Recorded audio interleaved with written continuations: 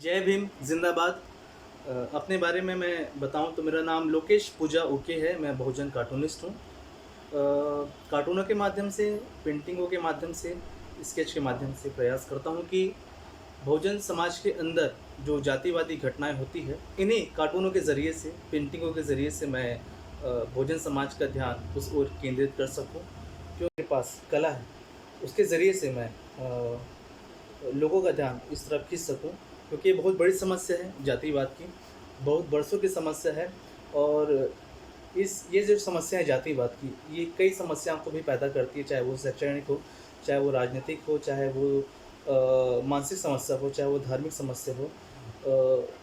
कहा जाए तो भारत की हर समस्या का अगर बीज भी देखेंगे तो वो जातिवाद निकल कर आता है।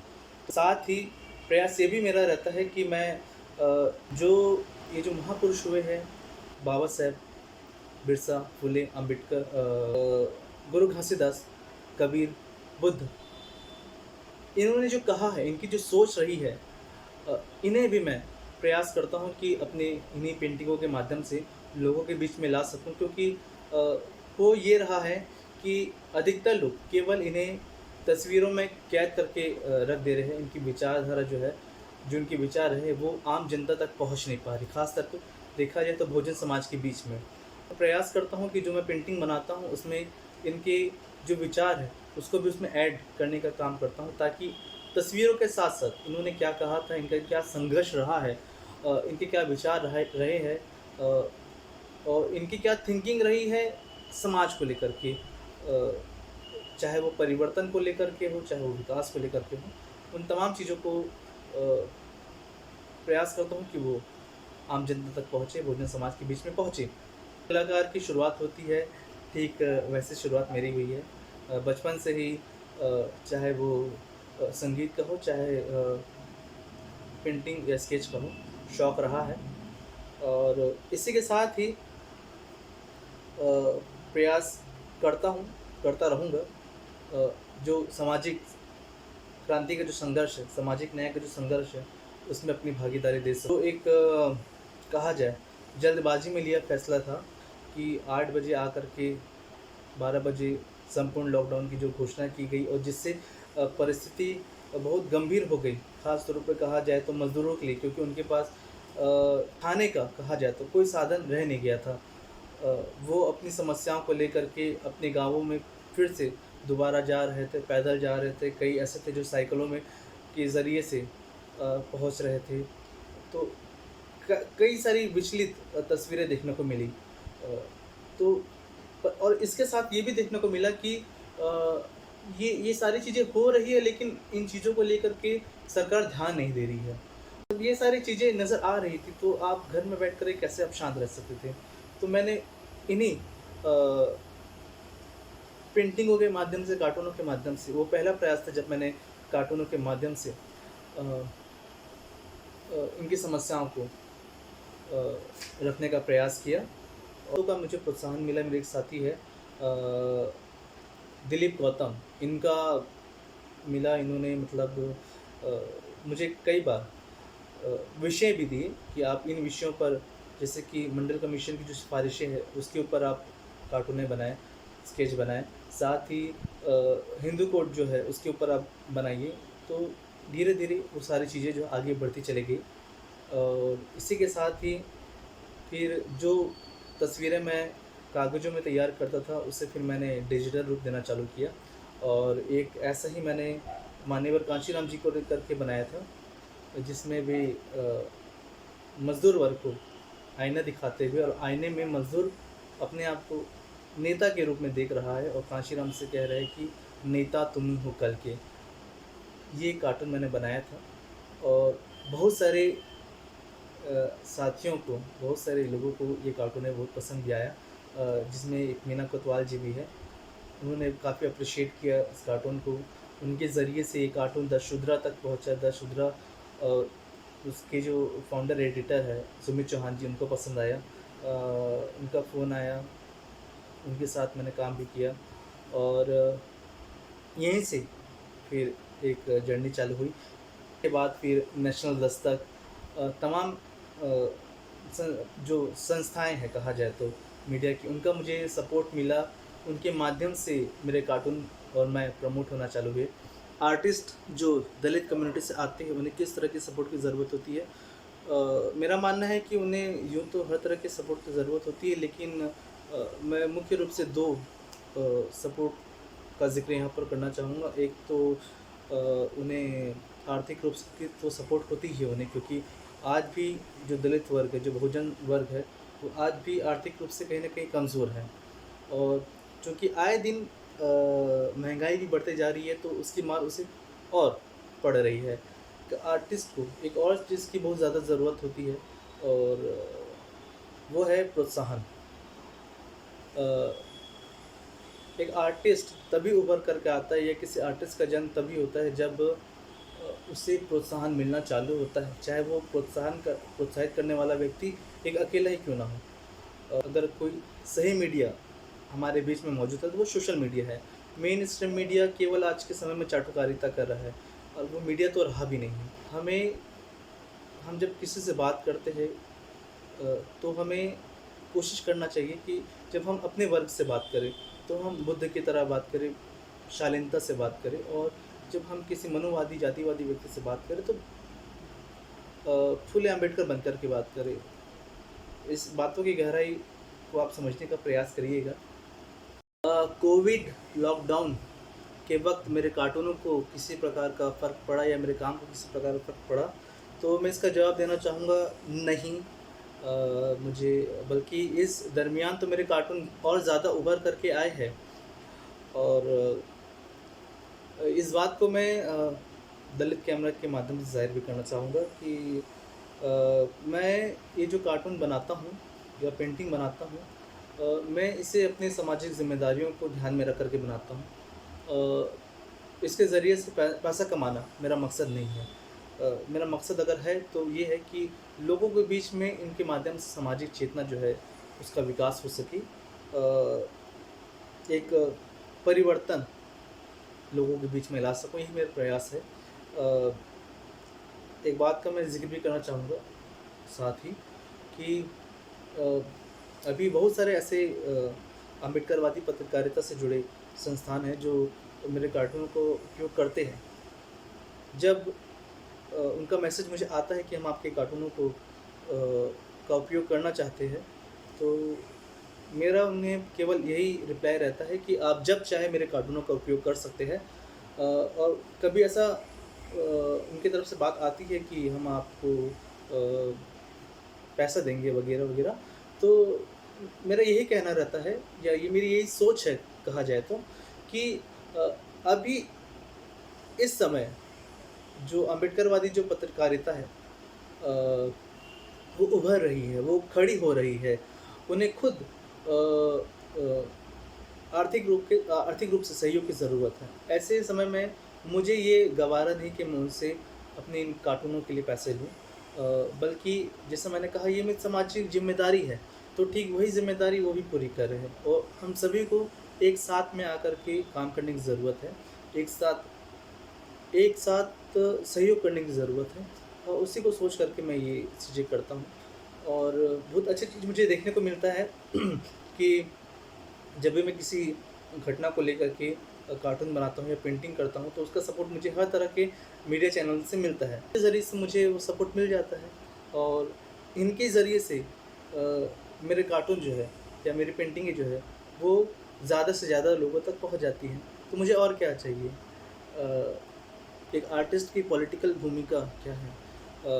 एक तो इस बात को तमाम कलाकारों को समझने की ज़रूरत है कि उसकी पॉलिटिकल भूमिका बहुत बड़ी है, बेहद ज़्यादा बड़ी है।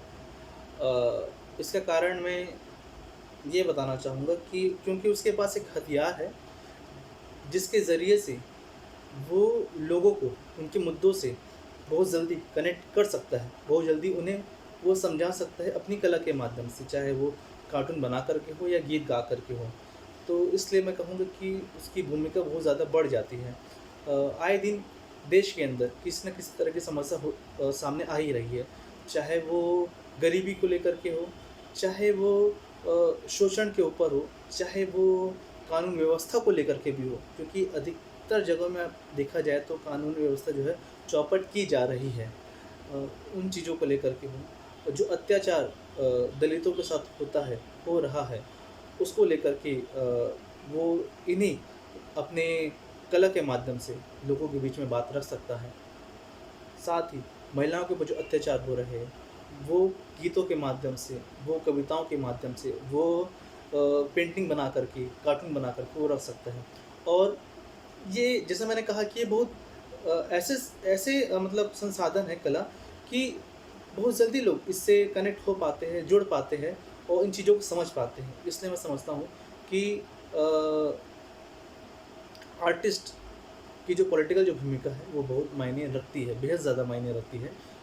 भाई इस देश के अंदर अगर किसी तरह की समस्या है, चाहे वो गरीबी को लेकर के हो, चाहे वो भुखमरी को लेकर के हो, चाहे वो बेरोज़गारी को लेकर के हो, चाहे वो जातिवाद को लेकर के हो, चाहे वो महिला अत्याचार को लेकर के हो, चाहे वो दलित अत्याचार को लेकर के हो, तो वो अपनी बात क्यों ना रखे? वो क्यों इस पर चुप रहे?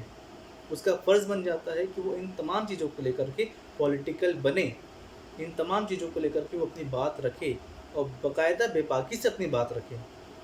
तो ये ज़रूरी है कि आर्टिस्ट को पॉलिटिकल होना चाहिए।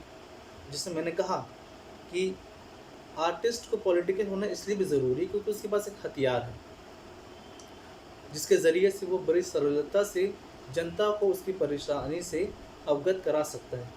आर्टिकल 19 जो है अभिव्यक्ति की आज़ादी, वो भारत के नागरिकों को आज़ादी के मायने समझाता है। एक तो वैसे भी देश के अंदर जातिवाद के नाम पर बहुत बड़ी समस्या हमारे सामने है, जहाँ पर जातिवाद के नाम पर दमन किया जाता है। तो ऐसे में आर्टिकल 19 की भूमिका बहुत बड़ी हो जाती है। अगर आपकी अभिव्यक्ति की आज़ादी को छीनने का जहाँ भी प्रयास किया जा रहा है, मान के चलिए कि वो आपकी आज़ादी को छीन रहे हैं और आपको गुलामी के कुएं में ढकेलने का काम कर रहे हैं। वो डरते हैं इस बात से कि एक दिन निहत्थी और गरीब जनता उनसे डरना बंद कर देगी, और इस निहत्थी और गरीब जनता को जगाने का जो काम कर रहे हैं वो यही आर्टिस्ट कर रहे हैं, यही सोशल एक्टिविस्ट कर रहे हैं, स्टूडेंट कर रहे हैं। शासन और सत्ता में बैठे लोग चाहते हैं कि देश के अंदर एक ऐसी व्यवस्था कायम की जा सके जहां पर केवल एक वर्ग का ही वर्चस्व हो, बाकी वर्ग उसके नीचे दब के रहे, गुलाम बन करके रहे। वो देश के अंदर संविधान को ख़त्म करना चाहते हैं, देश के अंदर जो शैक्षणिक व्यवस्था है उसको ख़त्म करना चाहते हैं, वो देश के अंदर लोकतांत्रिक जो व्यवस्था है उसको ख़त्म करना चाहते हैं। और उसके इस लक्ष्य में जो रोड़ा बन कर के बैठे हैं वो हम जैसे कलाकार हैं और सोशल एक्टिविस्ट है। तो इसलिए वो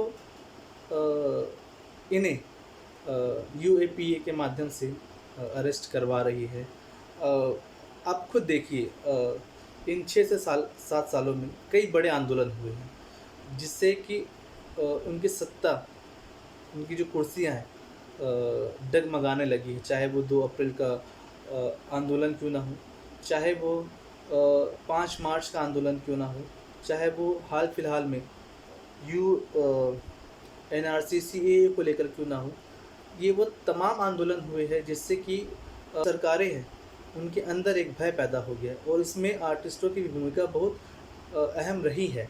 मैं खुद NRC CAA के प्रोटेस्ट के दौरान में बाबा साहेब भगत सिंह इनके पोस्टर बना करके लेके जा रहा था, और बाकायदा उसमें लिख रहा था कि जब तक बाबा साहेब का संविधान इस देश के अंदर है और जब तक भगत सिंह जैसा जज्बा भारत के युवाओं में है, तब तक इस देश के अंदर NRC CAA लागू नहीं हो सकता है। तो उन्हें डर है हम जैसे कलाकारों को लेकर के, जो बात करते हैं धर्मनिरपेक्षता की, जो बात करते हैं समानता की, जो बात करते हैं जो देश में जो भुखमरी, जो बेरोजगारी, जो महंगाई बढ़ रही है उसके बारे में। तो उन्हें परेशानी, वो केवल ये चाहते कि जनता जो है केवल हिंदू मुस्लिम में सिमट के रह जाए और हम चाहते हैं कि देश के अंदर भाईचारा हो। पहले हमने एक कहानी पढ़ी है कि एक लकड़ी को तो तोड़ा जा सकता है, लेकिन जो लकड़ी का जो गट्ठा होता है, जो उसका गुच्छा होता है, उसे तोड़ा नहीं जा सकता है। पर ना जाने एक ऐसी समस्या है हमारे साथ कि हम जैसे-जैसे बड़े होते चले जाते हैं, हमारी बुद्धि को ना जाने क्या हो जाता है और हम अलग-अलग हो कर के काम करना चालू कर देते हैं। तो अगर हमें अपनी शक्ति को बढ़ाना है, तो हमें एक साथ तो आना ही पड़ेगा। और सबसे महत्वपूर्ण बात ये समझने की हमें ज़रूरत है कि जब हमारा लक्ष्य एक है, हमारी विचारधारा एक है और हमारे काम करने का जब तरीका ही एक है, तो हम अलग-अलग रह कर के क्यों काम करें? हमारी ये ज़रूरत रह जाती है कि हम एक साथ आकर के काम करें। बाबा साहब ने भी कहा है कि शिक्षित बनो, संघर्ष करो, संगठित रहो, एजुकेट, एजिटेट एंड ऑर्गेनाइज़। तो इन तमाम चीज़ों को समझने की ज़रूरत है और ना केवल कलाकारों को, बल्कि जो राजनेता हैं, बहुजन समाज से जुड़े हुए, उन तमाम लोगों को भी अलग-अलग राजनीतिक पार्टियाँ बनाने की जगह एक साथ आने की ज़रूरत है। ठीक यही चीज़ तमाम जो संगठन जो बहुजन समाज को लेकर के काम कर रहे हैं, मैं सुनता हूँ कि बाबा साहेब अम्बेडकर के मिशन को लेकर के लगभग 10 लाख संस्थाएँ काम कर रही है। अब सोचिए 10 लाख संस्थाएँ काम कर रही हैं। हम कहते हैं कि हम 85% हैं, लेकिन अगर 85% लोगों को अगर 10 लाख टुकड़ों में बाँट दिया जाए, तो हम तो कहीं के रह नहीं जाते हैं। तमाम लोगों को इकट्ठा करने की बेहद ज़्यादा ज़रूरी है और आर्टिस्टों को साथ लेकर के काम करने की ज़्यादा ज़रूरत है, क्योंकि मंच में केवल भाषण देने से मुझे नहीं लगता है परिवर्तन आ सकेगा। हर व्यक्ति को बात समझाने का अलग-अलग तरीका होता है और हर व्यक्ति जो है अलग-अलग तरीके से ही बातों को समझ सकता है। कुछ लोग भाषणों के ज़रिए से मुद्दों को समझ सकते हैं, तो कुछ लोग गीत और संगीत के माध्यम से बातों को समझ सकते हैं, तो कुछ पेंटिंग और कार्टूनों के माध्यम से बातों को समझ सकते हैं, मुद्दों को समझ सकते हैं। तो उन तमाम लोगों को मुझे लगता है पूरे बहुजन समाज को एक साथ आने की बेहद ज़्यादा ज़रूरत है। यही मैं कहना चाहूँगा।